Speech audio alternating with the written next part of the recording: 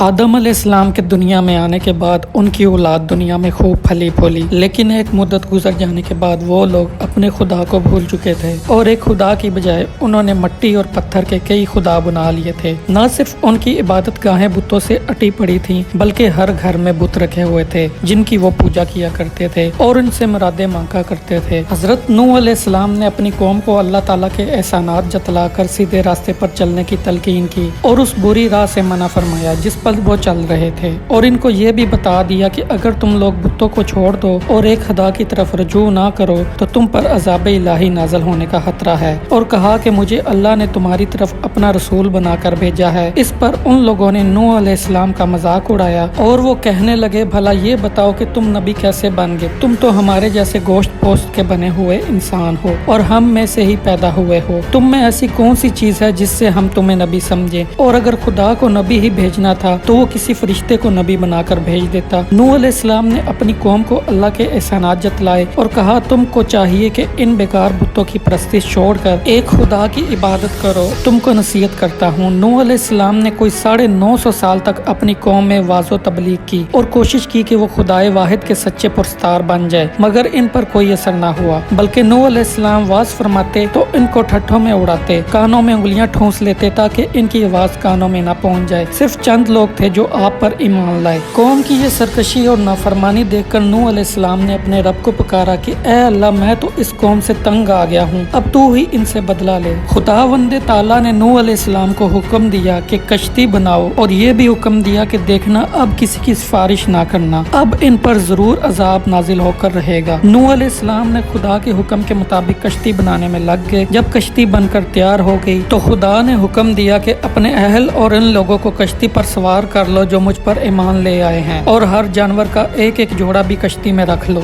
जब सब लोग कश्ती में बैठ गए तो खुदा के हुक्म से जमीन के सोते फूट पड़े। इसके साथ ही मूसलाधार बारिश शुरू हो गई। जमीन पर पानी बढ़ने लगा और नूह अलैहिस्सलाम की कश्ती पानी में तैरने लगी। पानी बढ़ा तो नूह अलैहिस्सलाम ने देखा कि उनका बेटा पानी में डूबने लगा है। आपने इसे आवाज दी कि अब भी आ जाओ ताकि खुदा के अजाब से बच सको, मगर उसने जवाब दिया, तुम जाओ, मैं किसी पहाड़ की चोटी पर चढ़कर अपनी जान बचा लूंगा। पानी था कि थमने का नाम ही ना लेता था। दुनिया के नाफरमान और सरकश लोग इस सैलाब में फना की घाट उतर गए और नूह अलैहिस्सलाम की कश्ती जोदी पहाड़ी की चोटी पर जाकर ठहर गई। अब खुदा के हुक्म से सैलाब थम गया और जमीन ने सारा पानी अपने अंदर जज़ब कर लिया। अब खुदा ने नूह अलैहिस्सलाम को हुक्म दिया कि कश्ती से उतर जाओ, तुझ पर और वो लोग जो तुझ पर ईमान लाए हैं इन पर हमारी रहमतें बरकतें नाजिल होंगी। चूंकि इस तूफान में दुनिया के तमाम लोग ही फना हो गए थे, सिर्फ चंद लोग ही जिंदा बचे थे, इसलिए नूह अलैहिस्सलाम को आदम सानी भी कहा जाता है। इनकी ही औलाद से इस वक्त दुनिया आबाद है। तो नाज़रीनों कराम, ये थी आज की वीडियो। अगर आपको वीडियो पसंद आई हो तो चैनल को सब्सक्राइब करें, कमेंट करके अपनी राय का इजहार करें। मिलते हैं अगली वीडियो में। अल्लाह हाफिज।